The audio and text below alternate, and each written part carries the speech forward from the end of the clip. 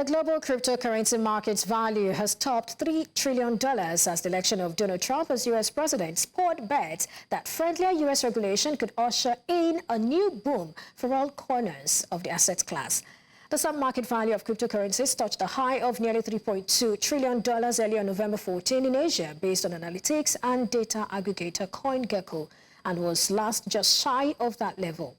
That puts it above the heady days of 2021, when pandemic-era stimulus pumped up speculative investments, and marks a revival from just a few months ago, when crypto prices and turnover had flatlined. Obinna Iwuno, President, Stakeholders in Blockchain Association of Nigeria, joins me for more on this. Thank you, Obinna, for joining me today. Having me. All right.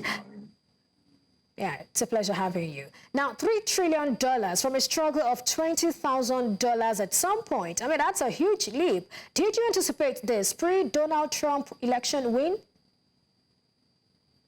Yes, of course, we did anticipate that. So it didn't come to us as a surprise. It was well anticipated because of the significance of the role that Donald Trump as a political figure, and of course the U.S. plays in the global capital markets in general, and of course in technological advancement. So it was a well-anticipated, growth, and yeah, we are very optimistic of the future for this. I see the smile. Well, the momentum had been building even before Trump won the election. Talk to us, what other factors might have contributed to the cryptocurrency market's resilience after years of fluctuations and losses? Well, it is first and foremost important to understand that crypto is not just a speculative asset or a speculative tool. It is also a technology. And if you look at the world now, we are in the fourth industrial revolution, right? Or the fourth industrial era. Obinna, are you there? This is the era of emerging technology, right? A lot of things. In fact, I could say that over 50% of the technology being used in the world today was innovated, discovered in this era. I mean, look at the game changer, the internet. It's part of the fourth industrial revolution. Look at the smartphones that we are using today. It has enhanced connectivity, communication, technological adoption, all across the globe. So when you look at crypto is also a contributory sector in this era. And it is a technology that now deals with financial tools, all right? And we all know that money makes the world go round, no matter how we want to look at it. Everything that we are doing all boils down to how it affects the capital market and how it contributes to the capital market. And what cryptocurrency has done is that crypto ushered in a new wave, or a new population that has not been a part of the capital markets into the capital market. So we have seen the younger generation coming to play in the financial markets. And this younger generation, they are curious, they are adventurous, they are willing to take risks, unlike the older generation. And that is what crypto affords them. And the rate of adoption by this younger generation was more, because if you look at the population of young people in the world is more than any other population. And so this is what has contributed to the growth of crypto and adoption globally. And of course, people are looking for an alternative means of financing, right? They are looking for other sources of revenue, income generation, and crypto also offers this. So it is not just a speculative tool, it is an asset, it's a store of value. It can even be used as a settlement, right? As a means of transaction and payment. It is also a means to earn profits, because if you are playing in the crypto market as a trader, you are going to make profits when your bets wins in the market. Just like the way we have seen the exchange traded funds, where institutions who do not want to hold the crypto assets directly by themselves,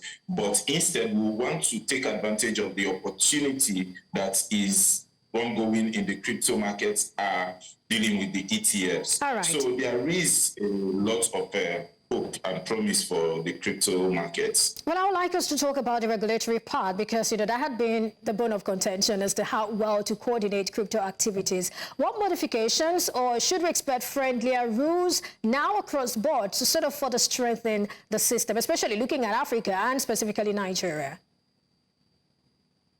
Yeah, I think that regulation is getting better, as the day goes by.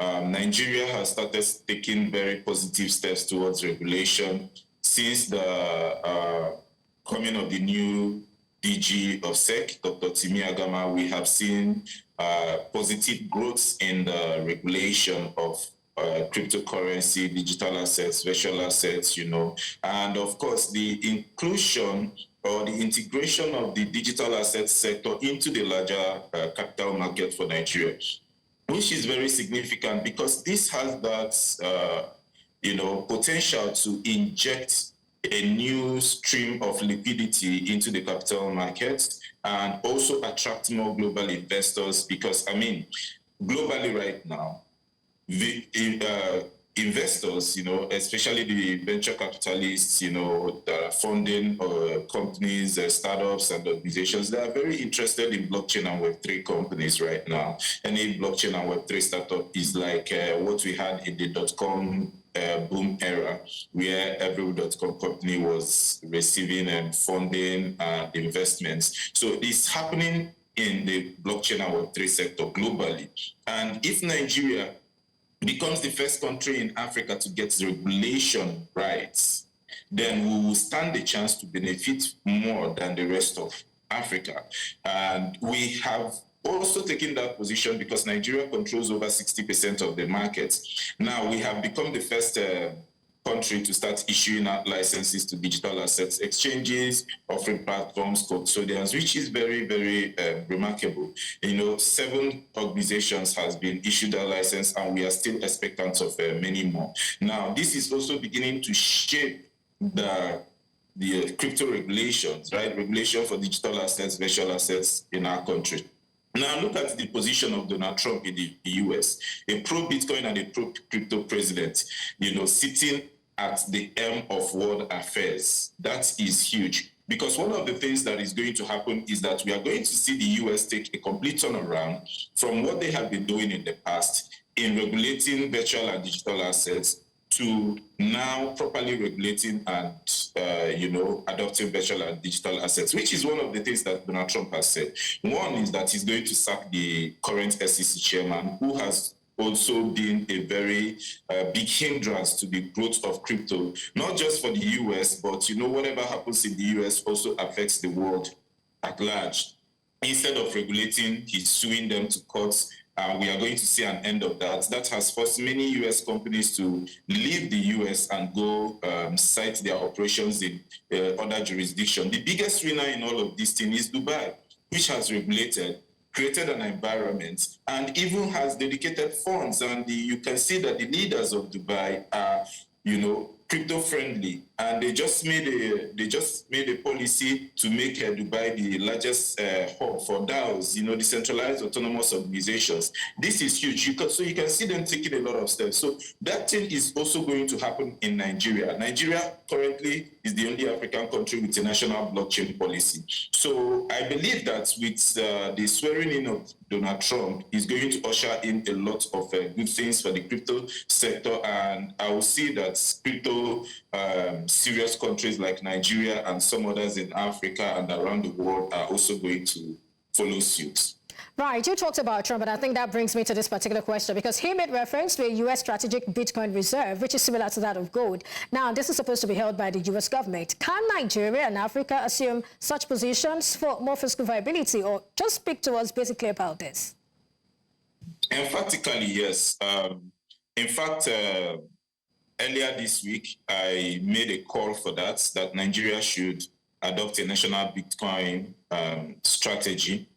Because this is the time, like you said earlier, you you mentioned $20,000, but 20,000 maybe is the price that you were aware of. But let me take you back to pre-COVID era. As at March 2020, on the announcement of the global lockdown for COVID-19, the price of Bitcoin fell to $3,000.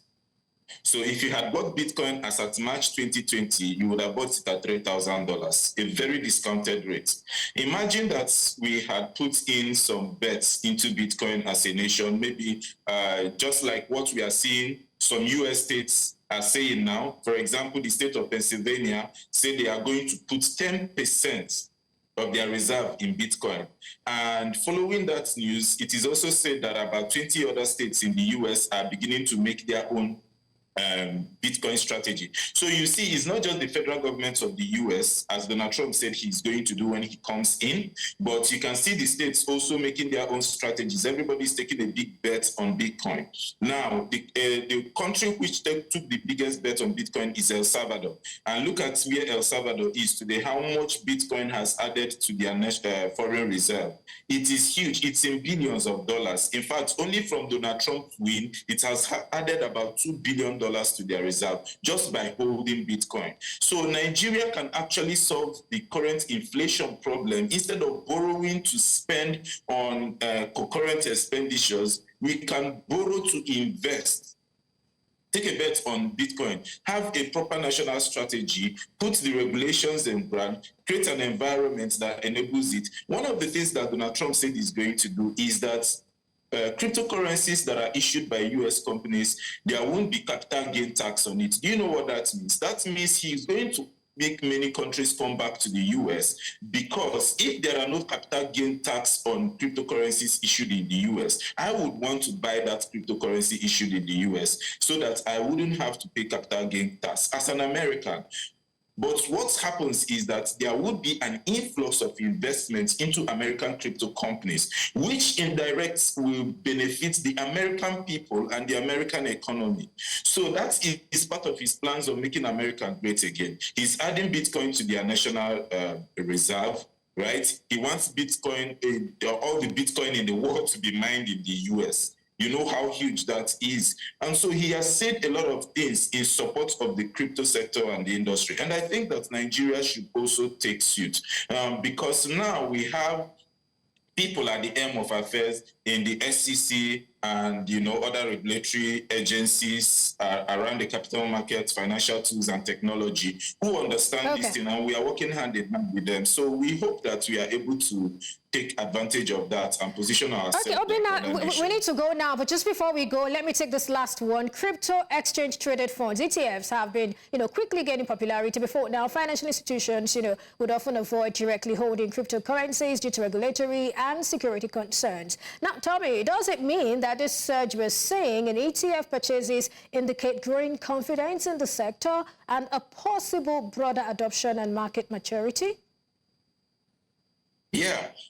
It is, and we are just seeing the beginning of it, because I think that we would, by 2025, following the swearing in of Donald Trump, we will see more of Wall Street, come into the crypto markets. Especially, they will be more comfortable with the ETF, and we are also going to see crypto banking.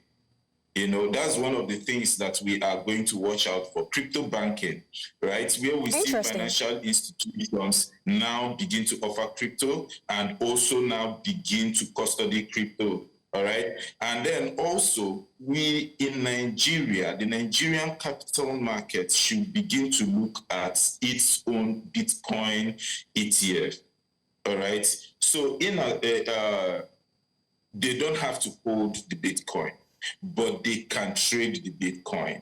And this is going to help expand the capital market. And we from the digital asset sector, which is our primary jurisdiction, are ready and available to collaborate and partner with them to get these things to happen. So it is possible, and I am hoping that Nigeria becomes the first country to have its own Bitcoin ETF, and not stopping at Bitcoin, but other valuable crypto assets globally. Right. And of course, we begin to also issue our own crypto assets. One of the things that I have also... I'm afraid, Obinna, I know you have a lot to say, but we really have to go at this point. Thank you so much for your thoughts and the insights you've shared on the show today.